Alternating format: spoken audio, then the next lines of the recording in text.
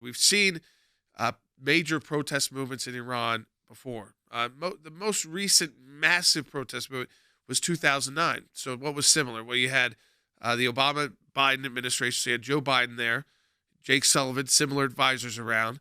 And they get asked, why so silent then? I want to start with this point. We're going to go right to Rick Grenell, but I want to start with this from Meet the Press this weekend with Jake Sullivan. Why the Obama administration, the American people, I remember wearing the green T-shirts around on campuses. Why so silent then? Take a listen. You were in the Obama administration during the Green Revolution in 2009. You're well aware there were many folks who thought that the Obama administration then was a little slow to respond to those protests. Is the Biden administration's response a response to that criticism way back when? Is there going to be an attempt to be much more forward-leaning on these protests going forward? Well, Chuck, part of the reason that there was a different kind of approach in 2009 was the belief that somehow if America spoke out, it would undermine the protesters, not aid them. I think what we learned in the aftermath of that is that you can overthink these things, that the most important thing for the United States to do is to be firm and clear and principled in response to citizens of any country demanding their rights and dignity. All right, Rick, it took a couple decades to have that revelation that stand strong for what's right. If you stand strong for what's right and good, you don't need to overthink things. If people are putting up in a foreign country that has its foreign language signs in your country's language, and you're the most powerful country in the world that speaks that language, maybe they do want your help. Of course they want our help. This is a stupid State Department old argument where it's put forward by people who hate America, who blame America for everything, and somehow when there is a crisis around the world, they say, well, we don't want to become the issue. Well, guess what? You're already the issue. So start fighting. It's ridiculous to think that in 2009 that these people, and by the way, it's the same people. Anthony Blinken was Susan Rice's deputy. Avril Haines was a deputy. She's now running CIA, all the intel organizations, including the CIA. And Blinken is running the State Department. Same old people, same old ideas. They wanted to have a nuclear negotiations with Europe, and they didn't want to spoil that idea that somehow the Europeans and the Americans would agree. So we had to water down our policy to let the Europeans veto America policy. It's the opposite of America First, is consensus with the Europeans.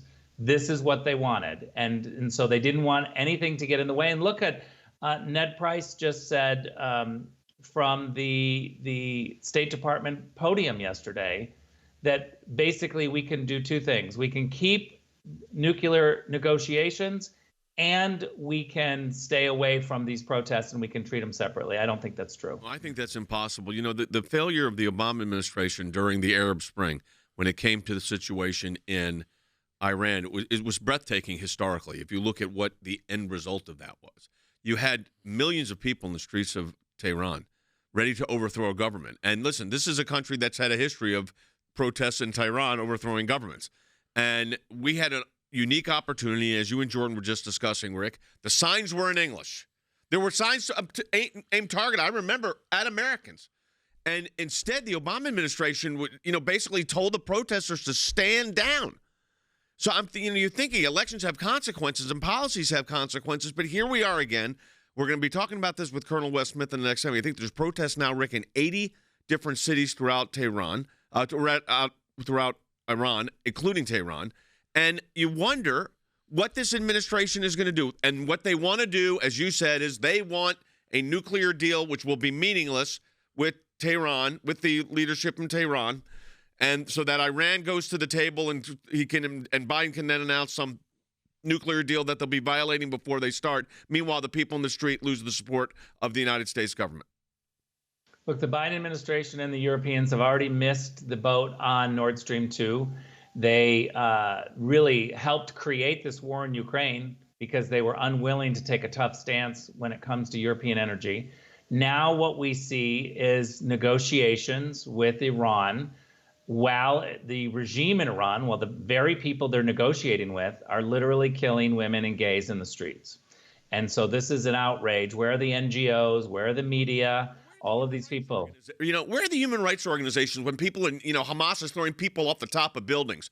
Or in our case, you mentioned with the examples you just gave, we had a pastor that was stabbed 47 times, Rick, and we've talked about this before, on the streets of Gaza in broad daylight.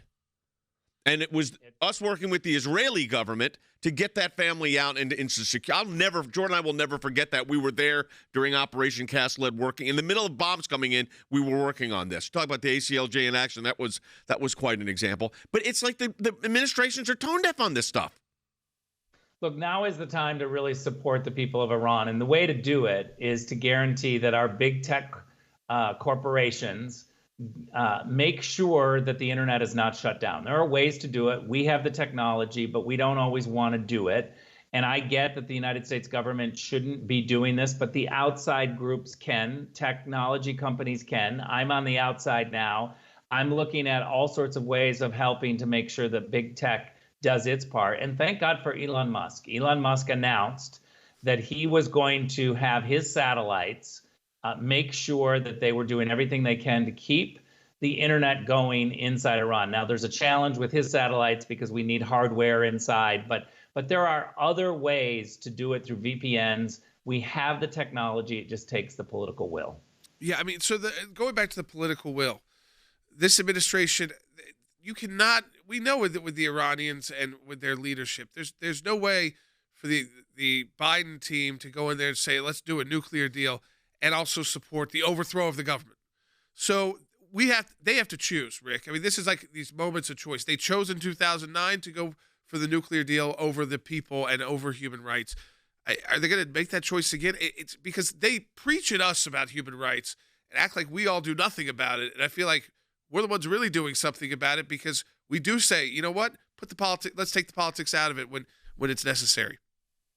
Look, taking the politics out of it means that we don't jump to the conclusions that we are immediately going to overthrow the government. I think it's a false idea to say we're either going to have nuclear negotiations or we're going to work to overthrow the Iranian regime. I think that right now, when you see human rights abuses in the streets and people are not able to protest, women being killed for not wearing their head covering the proper way, even though, by the way, Leslie Stahl didn't wear it the right way in front of the Iranian leader.